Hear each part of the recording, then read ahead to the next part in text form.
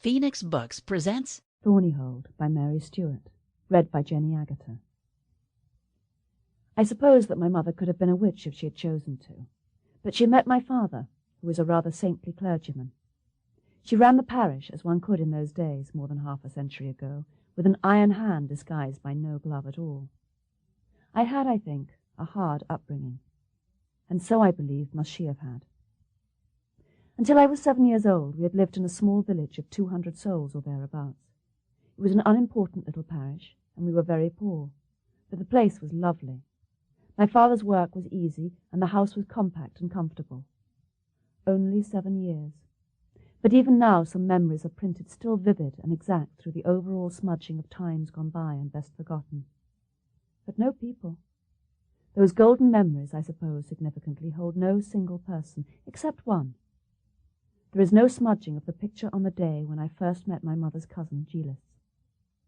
She was my godmother, and the first time that I recall talking with her was on a summer's day when I was 6 years old. At the bottom of our vegetable garden was my own private gap in the fence.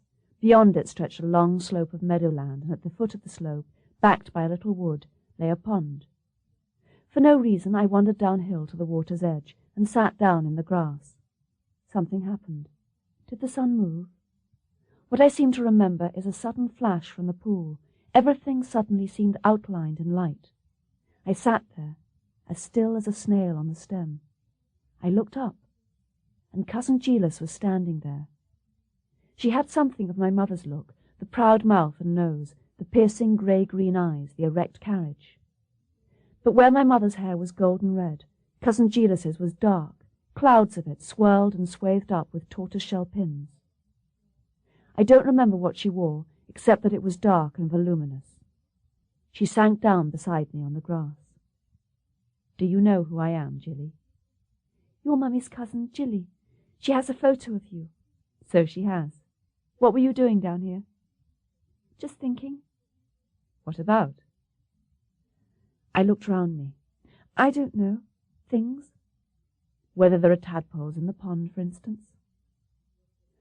The surface of the water bulged suddenly, then broke to let a brown, grub-like creature emerge. The creature moved.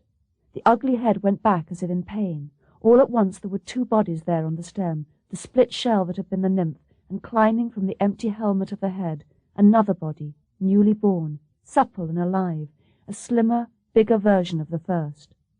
The insect's body lifted, straightened. Then into the light it was gone. It was a dragonfly, wasn't it? Sample complete. Ready to continue?